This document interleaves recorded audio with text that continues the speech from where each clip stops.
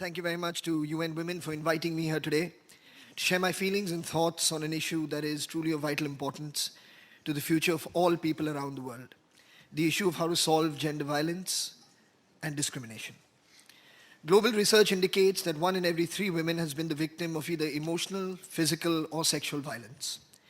This could be in the form of different sets of rules laid down for a son and daughter by parents, and I include mothers in this decision making as well. Cases of discrimination, sexual harassment, and rape have been registered over time against family members, boys in the locality, teachers, fellow students, co-workers, employers, public transport workers, local authorities of the state, and unfortunately personnel from state law enforcement agencies themselves. In Mumbai, on the 10th of August 2012, a young woman who worked in my film production company in the legal department was murdered in her home. The price she paid for fighting off a security guard who attempted to rape her. He was arrested a few days later and has since been sentenced to a lifetime in prison. And even though justice has been served, the question remains, where is a woman really safe if she's not safe even at times inside her own home? Unfortunately, none of us have a definitive answer just yet, but what we do have now, and more than ever before, is the will and resolve to make this question entirely redundant in the future. I truly believe that men have as important a role to play in this quest for a world without gender violence and discrimination as women do. It is our problem too. Not because we have mothers, sisters, wives, and daughters, that still makes it about us. It is our problem because it's a human right issue and we are all human beings. Nobody has the right to treat a human being differently than they would like to be treated themselves. Yes, strong deterrent laws and swift justice can accomplish a great deal, but it cannot accomplish everything.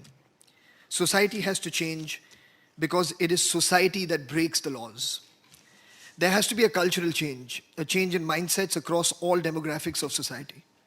A change that must redefine the concept of masculinity, not just for today's men, but for those to follow. This is only possible through education, because there is no wrong in the minds of those who have not been taught what is right.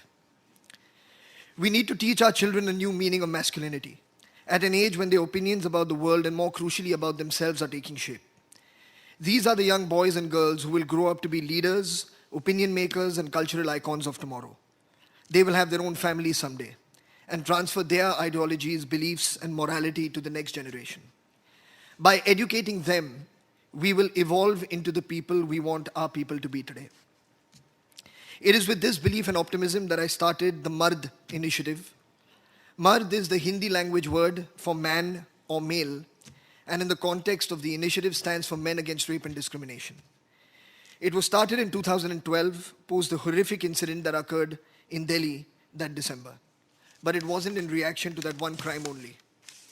There have been far too many when you consider that even one single crime is one crime too many.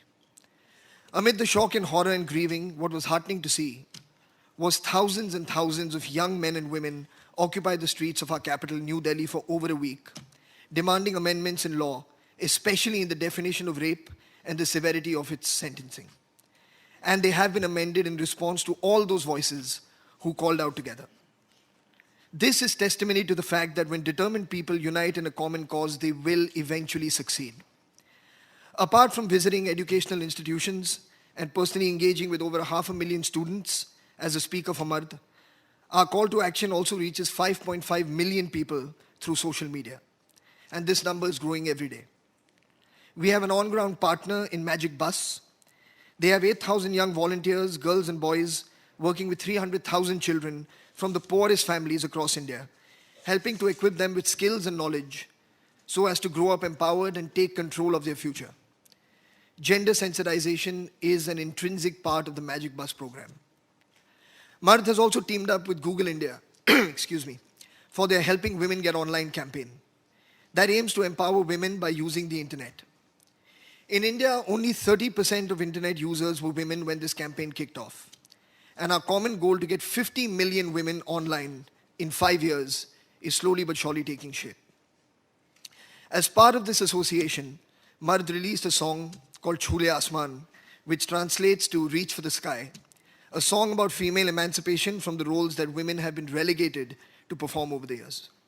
It's a song that highlights the importance of a new kind of mindset, one of equality, equal status, equal opportunity, equal rights, and an equal dignity to life. Finally, I would like to conclude by stressing on the importance of hope, even on the worst of days. Because as unsurmountable as the mountain of prejudice and inequality may seem, it is actually a giant pile of dust that we for centuries have swept under the carpet. Our united will and the gust of a new mindset is all that it'll take to blow it away. Thank you very, very much.